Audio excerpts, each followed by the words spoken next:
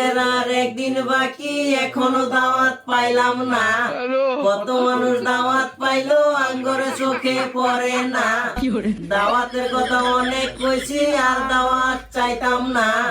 আমরা কিন্তু এত শরম সারা না।